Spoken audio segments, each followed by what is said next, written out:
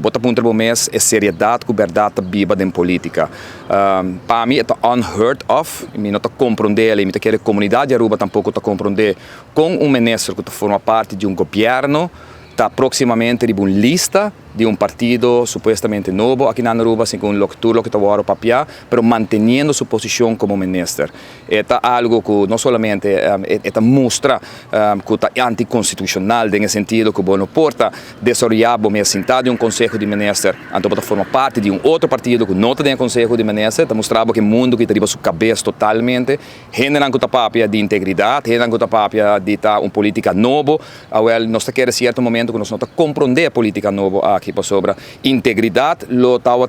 que Otmara fez no passado, no momento que não estava de acordo com o partido AVP, sendo de 2 votos ganhados do país Aruba, com 4.000 e pico votos, sim,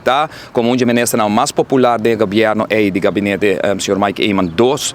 minha pessoa tomou uma decisão de retirar fora de meu estúdio no momento que não estava de acordo com o partido. Aqui eu me escuta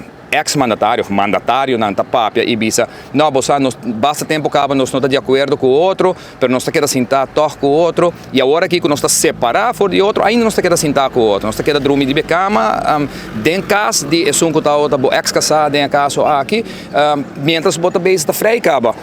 para fora de casa. Então, me pergunto mesmo que integridade bota papo de político novo, de cara novo, de partido novo que bota vai join aparentemente,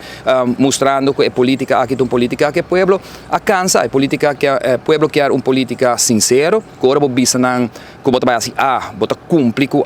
e essa é uma coisa que sempre para preparar uma visão, um plano, que bota bisa o povo aqui fora de adelantar, que bota vai fazer, que não pode fazer e não quer ter uma promessa de campanha de não cumprir com ele, e na final do dia, você tem naturalmente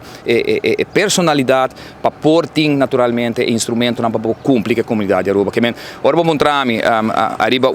ministro, ex-ministro, de missionário, nesse caso aqui, que não forma parte de nenhum de 2 partidos, mas você tem status oficial ao do Sr. Waver, não forma parte nem de partido MEP, nem de partido Raiz, ao contrário, está formando parte como de cabo de outro partido, nós estamos buscando candidato, nós estamos quem está sentando com quem,